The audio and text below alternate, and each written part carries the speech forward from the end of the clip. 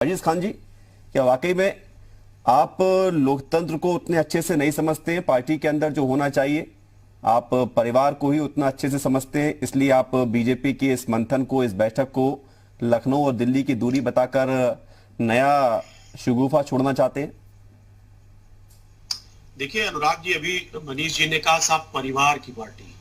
मेरा नाम अब विवेक इससे है ज्यादा अजीज खान जी, विवेक शुक्ला मेरा नाम है। नहीं, मैं कह रहा था विवेक जी, आपका विवेक नाम है, मनीष जी की बात में कह रहा था। उन्होंने कहा परिवार की पार्टी। साहब इससे बेहतर कौन जानता होगा कि दुष्यंत सिंह, जयंत सिन्हा, अनुराग ठाकुर, राजवीर सिंह, एक लंबी फेहरिस्त है, पंकज सिंह और तमाम आशुतोष टंडन साहब, ऐसे लोग कटाक्ष कर रहे हैं। ये वाकई में दुखद है बहुत कि प्रदेश की जनता और देश की जनता भी समझ रही है, क्योंकि बार बार परिवार परिवार कर रहे हैं। यहां जिस तरीके से बीजेपी में परिवारवाद है, शायद किसी पार्टी में इतना परिवारवाद होगा। एक बात, पहली बात। दूसरी बात, इन्होंने कहा साहब ज्ञान नहीं है अखिलेश यादव जी को, और ये अहंकार बोल रहा है। ये नहीं बोल रहे हैं, अहंकार बोल रहा है। और मुझे लग रहा है कि अहंकार इंसान का जो है वो वक्त के साथ ढल जाता है। चूंकि इन्होंने काम किया नहीं, आज हालात उत्तर प्रदेश के बहुत बिगड़ चुके हैं। जिस तरीके से हुई, गंगा में लाशें बही हैं, ऑक्सीजन की क्या रही, और उसके बावजूद भी ये झूठी सरकार जिस तरीके से इसने संसद में बयान दिया कि ऑक्सीजन से मौतें नहीं हुई, ये वाकई तो ये तो सरकारों का था ना संसद में बयान देना। सरकारों की दलील दी गई कि किसी भी राज्य सरकार ने नहीं बताया, वो मसला अलग है। लेकिन अजीज खान जी, आप भी तो अपने सांसदों को बुलाकर बैठक कर सकते हैं। 5 सांसद तो आपके भी हैं लोकसभा में। नहीं, मुझे मौका दे। देखिए विवेक जी, आप या तो आप ही डिबेट कर लें। नहीं, आपको मौका दे रहे हैं ना, बीच में इंटरप्ट करेंगे ना सर। आप इतना लंबा लंबा बोलेंगे, दूसरे लोगों को बोरियत महसूस होगी। लंबा क्या बोलेंगे आप? हमारा देखिए, हमसे आपने जवाब तो पूरी बात सुनेंगे ना। आपकी बात पूरी आ गई ना, आपकी बात पूरी आ गई ना, बात पूरी आ गई ना। भाषण नहीं सुनूंगा ना सर, अजीज खान जी, भाषण नहीं सुनूंगा, बात आगे करिए। भाषण ही नहीं है ये, बेरोजगारी की बात आई, क्या महंगाई? ठीक है ना, तो बात हो गई ना। इसी से दूसरा सवाल मैंने पूछा ना, चुनाव की बात हो रही है ना, चुनाव की बात हो रही है, तो आपकी रणनीति नहीं बताएंगे? चुनाव में ही ये सब बातें विवेक जी, ये चुनाव ठीक है, तो चुनाव की रणनीति बताएंगे। आप नहीं करेंगे अपने सांसदों के साथ बैठक? यही तो सवाल पूछा मैंने, आपको छोड़ के किसी और के पास तो गया नहीं हूं, आप ही से सवाल कर रहा हूं, बोलिए। अभी बैठक आपने पूछा, बैठक की बात, तो बैठक क्यों तो बात करने दे मुझे। ठीक है, बोलिए। सब बैठकों का दौर क्यों? आज घबराए क्यों हुए? आज बीजेपी के लोग क्यों घबराए हुए?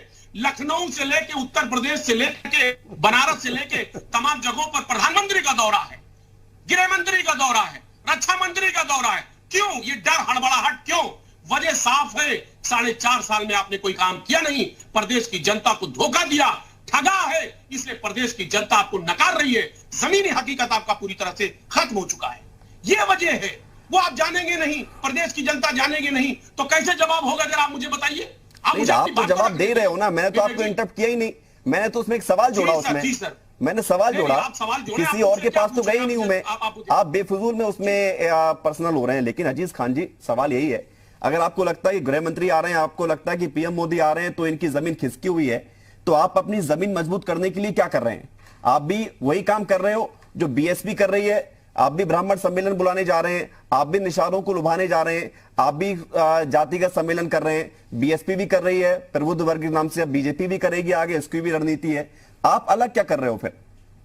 यही तो मैं आपको कह रहा हूं, हम इवेंट नहीं मैनेज करते हैं, हम इवेंट नहीं मैनेज करते हैं, हम सम्मेलन करके बीजेपी को बेनकाब। विवेक जी, ठीक है, मनीष जी आऊंगा मैं आपके पास। बीजेपी को बेनकाब, ठीक है। उमा शंकर पांडे जी हमारे साथ जुड़ गए। अजीज खान जी, अब शांत हो जाइए, अब लौटेंगे। अजीज खान जी, सवाल मेरा आपसे अब कि समाजवादी पार्टी और कांग्रेस और बीएसपी सभी लोग एक ही तरह की बात कर रहे हैं, लेकिन जनता के बीच आप अलग अलग रास्ते से होकर जाएंगे। जनता आप तीनों को भी देख रही है, बीजेपी को भी देख रही है, और जितने भी दल आएंगे उनको भी देखेगी। तो आप अपनी रणनीति किस तरह से आगे बढ़ा रहे हैं? क्योंकि 2022 सभी के लिए उतना ही समय है जितना बीजेपी के लिए, जितना समाजवादी पार्टी के लिए। तो आपकी रणनीति सम्मेलन तक सिमट कर रह गई है या आगे आप और बढ़ रहे हैं? देखिए विवेक जी, 2-3 मसले हैं, 2-3 मसलों पे मुझे बात करना है। एक तो आपने सवाल किया कि आपकी रणनीति क्या है।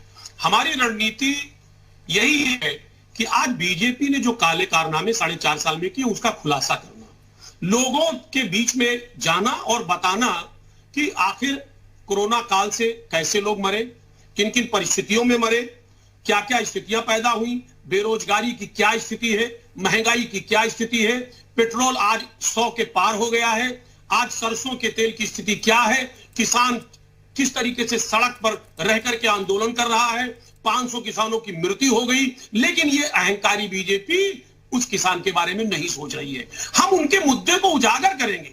हम चाहते हैं कि बीजेपी ने जो 4.5 साल के पहले वादा किया था कि हम प्रदेश को उत्तम प्रदेश बना देंगे, आज प्रदेश को कहां लाकर खड़ा कर दिया है। ये हमारा चुनावी मुद्दा ये होगा। एक बात अभी आप जिक्र कर रहे थे कि साहब क्या बातें हो रही होंगी और क्या मीटिंग होगी सांसदों के बीच में। मैं बताना चाहूंगा कि सांसदों से जो आज मीटिंग का दौर है और जो मीटिंग होगा, जहां तक मेरा अपना अंदाजा है कि सिर्फ यही कहा जाएगा कि जाकर के पब्लिक को फिर गुमराह करो, जैसे 2017 में गुमराह किया था, फिर गुमराह करो और गुमराह करके वोट ले लो और वोट लेकर के फिर सरकार बनाओ। देखिए एक बात बता दूं, प्रदेश की जनता होशियार हो गई है, समझदार हो गई है। अब वो अच्छा ये तो बताइए, ठीक है, ये बात आप सही कह रहे हैं कि प्रदेश की जनता तो होशियार है। जी अजीज खान जी, सवाल यही है कि ये दावा कांग्रेस के प्रवक्ता को आपने सुना, उमाशंकर पांडे जी को, और बीएसपी के आप कार्यकारिणी का, आप इधर क्यों नहीं फोकस कर रहे हो? बीजेपी से मुकाबला ये सबको पता है, लेकिन आप कांग्रेस का मुकाबला कैसे करेंगे? क्या आप कांग्रेस को मुकाबले में नहीं मानते, गिनते नहीं आप मुकाबले में? देखिए विवेक जी, मैं पहले एक सवाल का आंसर दे दूं फिर मुद्दे पे आता हूं। अभी मनीष जी ने बड़ा इंपॉर्टेंट मामला कहा था, कहा साहब बकरा ईद में कोविड फैल गया। ये इनको शायद जानकारी नहीं है कि जब कोविड चरम पे था तब वेस्ट बंगाल का चुनाव था, पंचायत के चुनाव थे, केरल हो रहा है, वही प्रधानमंत्री, केरल 23,000 केस। अरे सर मुझे मुद्दा दे, मौका दे साहब, वही प्रधानमंत्री जी हैं, केरल 23,000 नहीं केस पहुंच पाए। अच्छा अजीज खान जी, अगर एक मिनट अजीज खान जी, वेस्ट बंगाल में, अगर वेस्ट बंगाल में चुनाव से कोरोना फैलता है, आप ये मानते हैं ना? इसको कह रहे हैं ना? ठीक है, तो केरल में अगर बकरीद से या त्योहार में छूट देने से आज कोरोना फैल रहा है तो उसको क्यों नहीं मान रहे आप? सर देखिए, हम कोरोना कोई भी फैलाए मैं उसका विरोधी हूं, हम उसको समर्थन नहीं दे रहे हैं, लेकिन मेरा कहने का मकसद यहां पर इनका एंगल देखिए, आप इनके काम कहने बात करने का एंगल देखिए। साहब जब प्रधानमंत्री दौरा करते हैं 17 बार, अप्रैल में चरम पे था कोरोना, उस वक्त कोरोना नहीं फैल रहा था, उत्तर प्रदेश में चुनाव था, माननीय योगी जी ने प्रदेश की जनता को राम भरे आप क्या कर रहे हैं? आप भी तो एंगल ही ढूंढ रहे हैं, आप भी तो उस एंगल को पकड़कर इस एंगल पे बात ही नहीं करना चाह रहे हैं। 10 सेकंड नहीं बोला आपने उस एंगल पे। मेरी सर मैं कह रहा हूं धार्मिक एंगल देने का कोई प्रयास न किया जाए। धार्मिक एंगल मत दीजिए, ये तो कहिए कि गलत हो रहा है। कोरोना बीमारी है, किसी को भी हो सकता है, उससे बचाव ही रास्ता है।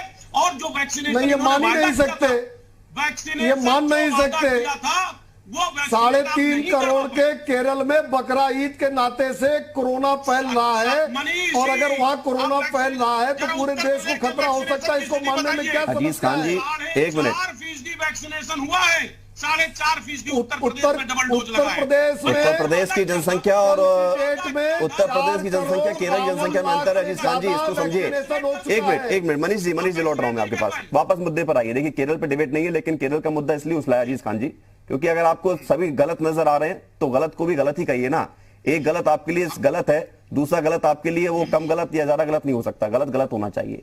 अजीज खान जी अगर देखिए विवेक जी, हाँ। मैं बिल्कुल समर्थन नहीं कर रहा हूं, मैं सिर्फ वही निवेदन कर रहा हूं, उत्तर प्रदेश हो, मध्य प्रदेश हो, कोई भी प्रदेश या केरल हो, अगर गलत है या तो केरल हो, बोलिए ना केरल हो, लेकिन केरल बोलिए ना। केरल भी गलत है तो गलत है, क्योंकि ऐसा नहीं है कि केरल इस देश से अलग है, केरल भी गलत है, लेकिन वेस्ट बंगाल भी गलत है। और उत्तर प्रदेश में जो चुनाव हुआ माननीय योगी जी ने करवाया, यहाँ छोड़ करके वो वेस्ट बंगाल चले गए, वो भी गलत है। हाँ, ये बात भी तो कहना पड़ेगा, ठीक क्यों है, गलत है? ठीक है। आप प्रदेश के और मुखिया उसी हैं, चुनाव में एक बात। आप ये दम बढ़ते हैं कि सबसे ज्यादा आप जीते, हालांकि आंकड़े भी आपके सदस्यों की ज्यादा थे।